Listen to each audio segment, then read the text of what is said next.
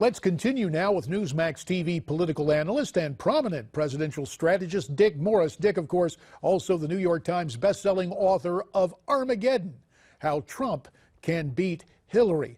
So, Dick, I understand you have a little different point of view on undecided voters than does Brother Zogby. I do. Traditionally, undecided voters are either people that are very intelligent and weighing the choices and haven't come to a conclusion yet, combined with people that don't really pay attention to the electoral process, and they say they're undecided, but in fact, they're probably not going to vote. In this election, the second group is a very potent source of support, latent support for Donald Trump, because they don't pay attention to the election, and they don't know they're going to pay attention to the election until it's right upon us. And then Trump will attract them and will get their votes. It's a little bit like rooting in football. My wife does not know who's playing in the Super Bowl until she's catering the party. And then she learns all about it, and she knows the name of the quarterback and the whole bit, and she follows it. She's like the uninformed voter.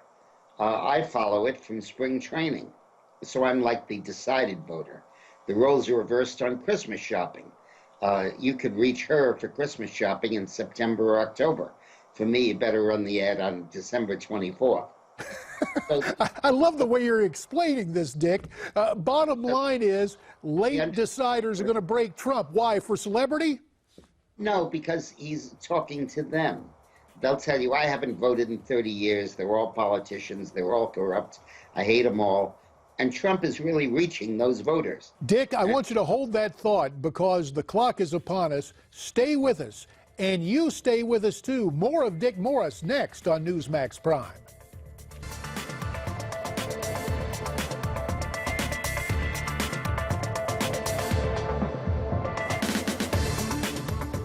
Back on Newsmax Prime to continue our conversation with Newsmax TV political analyst and prominent presidential strategist Dick Morris.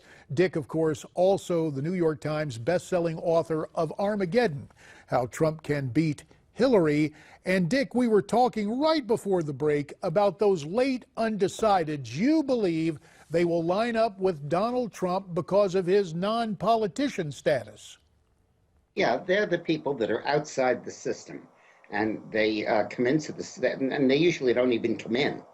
But they'll focus on the idea that Trump is running when we get right up to Election Day. And then, whereas they usually opt out, in this case, I think there's a good chance that they'll opt in. The other thing that's crazy about this year's election is that the Democratic Party, which has always been the party of the downscale voter, now is really the party of the upscale voter. And the Republican Party is the party of the downscale. If you break out blacks and Latinos and you just look at the 78% of the vote, 75% of the vote that's white, college-educated whites are voting for Hillary, and high school-educated whites are voting for Trump. The working class is going for the Republican Party. It's a reincarnation, really, of the Reagan Democrat, and it's a fascinating political phenomenon. There is other movement afoot as well, Dick. We had radio talk show host Michael Brown on America Talks Live earlier today. He was not really thrilled with Donald Trump heretofore, had the moniker of an establishment Republican, but he changed his tune this afternoon here on Newsmax TV. Let's look and listen. I was not a Trump supporter to begin with, but I'm absolutely never Hillary.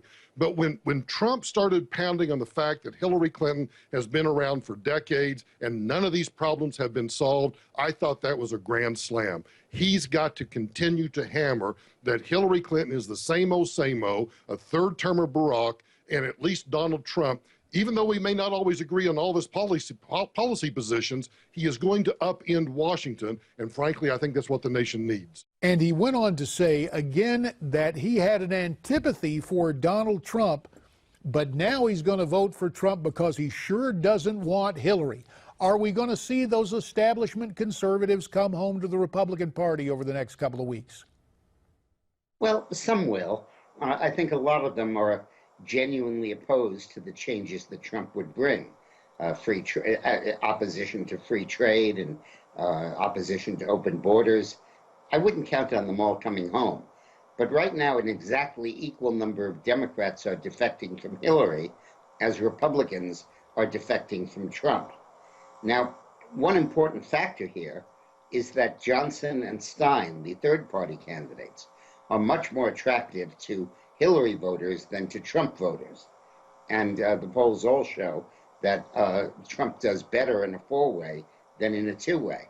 And because there's a place to go, other than just simply holding your nose, that might militate for greater defections from Hillary. Dick, back to last night's debate, and one moment in that debate that I think typified the entire evening was this exchange between Donald Trump and Mrs. Clinton. Let's take a look. You know, you've seen me. I've been all over the place. You decided to stay home, and that's okay. But I will tell you, I've been all over, and I've met some of the greatest people I'll ever meet within these communities, and they are very, very upset with what their politicians have told them and what their politicians have done. Mr. Trump, I think Donald just criticized me for preparing for this debate, and yes, I did. And you know what else I prepared for? I prepared to be president, and I think that's a good thing. Dick Morris, last night you talked about Trump doing well, but you lamented the missed opportunities and that preparation and going through mock debates can help him with. Do you believe he's learned his lesson for debate number 2? I don't know yet. We have to see what the polls show, and we have to see how he reacts to them. There were so many opportunities he left on the floor. But there's one thing I'd like to talk about, JD, in the moment we have left. Do you recall the exchange in the debate where Hillary warned Putin not to use cyber hacking to interfere with the American political process and attacked him for using it to get the Democratic National Committee emails? Right, I do remember that. Boy, was that an opportunity. I think that Hillary knows that Putin has her emails, her deleted emails. And I think she is terrified that he's going to dump them in October. And her statements were just short of threatening war, literally, about Trump, about Putin dumping those emails. Because if he did that, it would kill her candidacy. First of all, everybody would know she endangered security because our enemy shows up with all of our top secret emails hopefully piled up. And secondly, the emails themselves were deleted for a reason. And that reason probably is to cover up the pay-for-play bribery. So I think Hillary is very concerned about that. And I was wondering what motivated her to be that aggressive. And she's done it before, and Obama's done it, and the FBI has done it. And I think they are, because they're pretty relaxed about cybersecurity normally. They let China get away with murder. Why are they now so focused on Putin? And I think it's because they see the DNC emails were hacked by Putin. They're alleging that. And that the same hacking could take place on her emails, which could be released in October, which could destroy her candidacy.